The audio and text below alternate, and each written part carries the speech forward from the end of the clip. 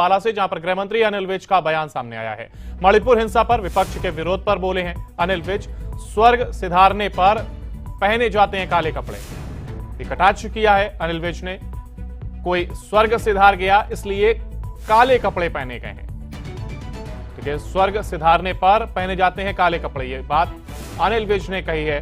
तंज कसते हुए उन्होंने कहा कि कोई स्वर्ग सिधार गया है इसीलिए काले कपड़े ये पहने गए हैं।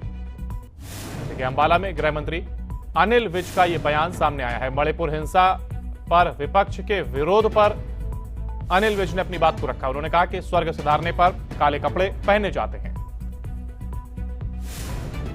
काले कपड़े तो मातम में ही डाले जाते हैं।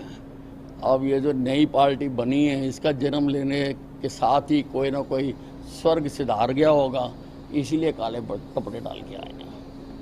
यूसीसी है सबके लिए समान नागरिक संहिता, अलग अलग धर्मों के लिए अलग अलग ना होके सरकार के लिए सभी लोग एक हैं, सभी लोग समान हैं।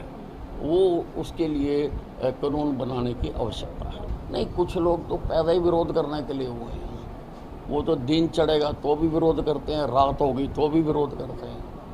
अब इसमें किसी को क्या एतराज़ है कि सबको समान नज़र से देखे सरकार?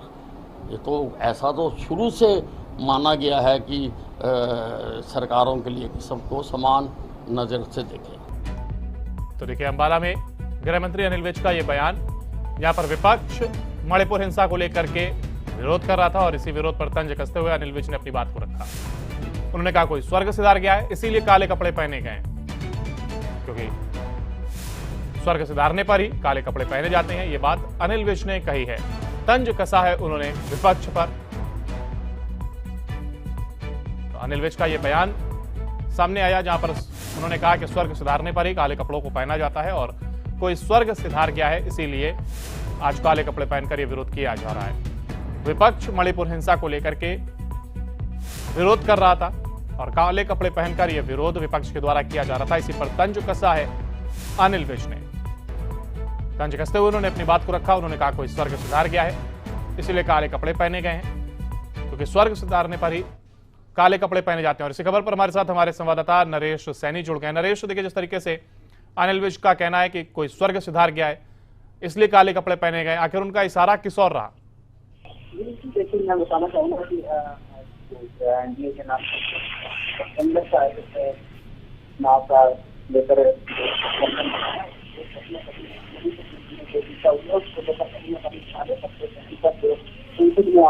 आने की बात की थी, जिसको लेकर स्वास्थ्य मंत्री यानी उन पर कटाक्ष करते हुए कहा कि ये काले पत्ते आने वाले हैं, कहीं ना कहीं ये लोकसभा की जो है वो अवमानना करेंगे और इसको लेकर कहीं ना कहीं गृहमंत्री पहले भी अपने बयानों में कहीं ना कहीं उनको आड़े हाथों लेते नजर आए हैं। जी